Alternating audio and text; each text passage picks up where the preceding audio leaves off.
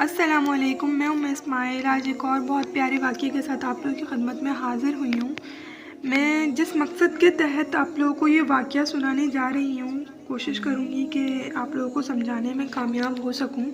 ایک دفعہ کا ذکر ہے، حضرت عائشہ صدیقہ رضی اللہ تعالیٰ عنہما فرماتی ہیں، میرے پاس ایک دن ایک عورت آئی تو اس کے ساتھ اس کی 2 بیٹیاں بھی تھیں۔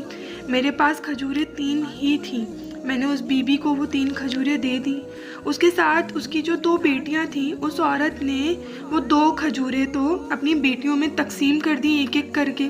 وہ ماں تھی نا بیٹیوں کی، اس نے پہلے ایک ایک کھجور دونوں بیٹیوں کے منہ میں ڈال دی، اور پھر جو کھجور تیسری کھجور اس کے پاس بچ گئی تھی، میرا خیال تھا کہ وہ تیسری کھجور خود کھا لے گی، لیکن اس ماں نے اس کھجور کے 2 ٹکڑے کیے اور وہ بھی اپنی بیٹیوں کے منہ میں ڈال دیے۔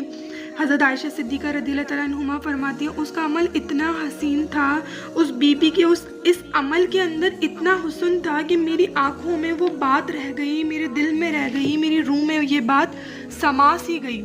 اس کے حسن اور تاثیر کو میں بھلا نہ سکی۔ شام تک وہ کیفیات، وہ انداز، اس عورت کا طرز، اس کا وہ انداز میری طبیعت کے اندر بار بار مجھے اس کی طرف متوجہ کرتا رہا۔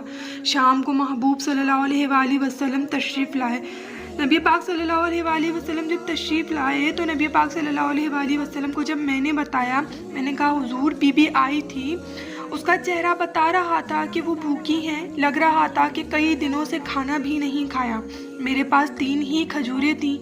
اس نے وہ 2 کھجوریں اپنی بیٹیوں کو ایک ایک کر کے دے دیں، اور جو تیسری کھجور وہ خود کھا سکتی تھی لیکن اس نے وہ کھجور نہیں کھائی، وہ بھی کھجور کے 2 ٹکڑے کر کے اس نے اپنی بیٹیوں میں بانٹ دیے۔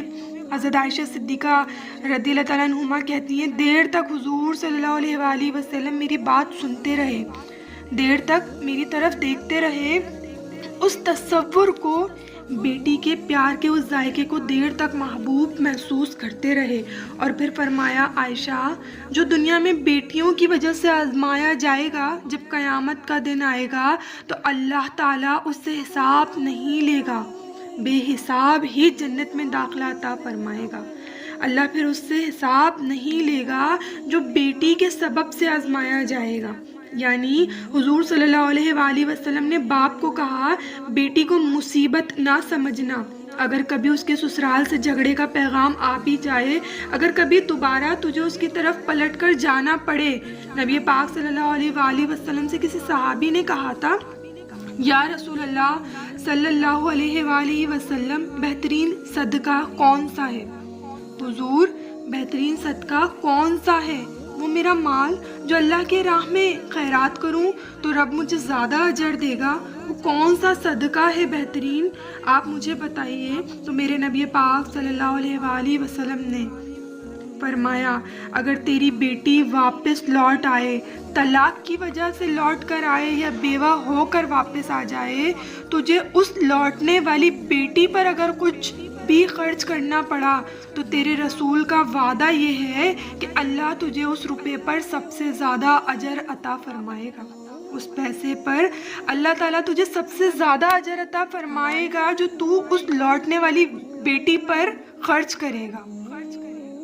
انہیں بوجھ نہ جاننا، بیٹیوں کی آزمائشوں سے پریشان نہ ہونا، اگر کبھی بیٹی کا پیغام آ جائے، تجھے پھر اس کی طرف لوٹ کے جانا پڑے، اس کو پھر کوئی تکلیف آ جائے، باپ یہ نہ سمجھے کہ وہ شادی کر کے بیٹیوں کی وہ فارغ ہو گیا ہے، نکاح کے بعد ذمہ داری پوری ہو گئی ہے، باپ یہ نہ سمجھے۔ تو میرے نبی کریم صلی اللہ علیہ وآلہ وسلم نے فرمایا، پریشان نہ ہو، دکھی نہ ہو، بلکہ جو بیٹی کی طرف سے آزمایا جائے گا نا، اس سے تو حساب ہی نہیں لیا جائے گا، اللہ بغیر حساب ہی جنت عطا فرما دے گا۔ اتنا بڑا مقام، اتنی بڑی عظمت اور فضیلت اللہ کے رسول نے بیٹیوں کے ماں باپ کو عطا فرمائی ہے۔ اللہ پاک تمام بیٹیوں کے نصیب اچھے کرے، سب کی بیٹیاں ہمیشہ اپنے گھروں میں خوش اور آباد رہیں، تمام بیٹیوں کے گھر بسے رہیں۔ اللہ پاک کسی بھی ماں باپ کو بیٹیوں کی طرف سے کوئی بھی دکھ اور پریشانی نہ دکھائے، کیونکہ یہ جو بیٹیوں کے ماں باپ ہوتے ہیں نا، یہ بہت مجبور ہوتے ہیں، بیٹیوں کے گھر بسانے کے لیے انہیں بہت جھکنا پڑتا ہے۔ اللہ پاک تمام بیٹیوں پر اپنا رحم فرمائے، اپنا کرم فرمائے، اور سب ماں باپ کی تمام بیٹیاں ہمیشہ خوش اور آباد رہیں۔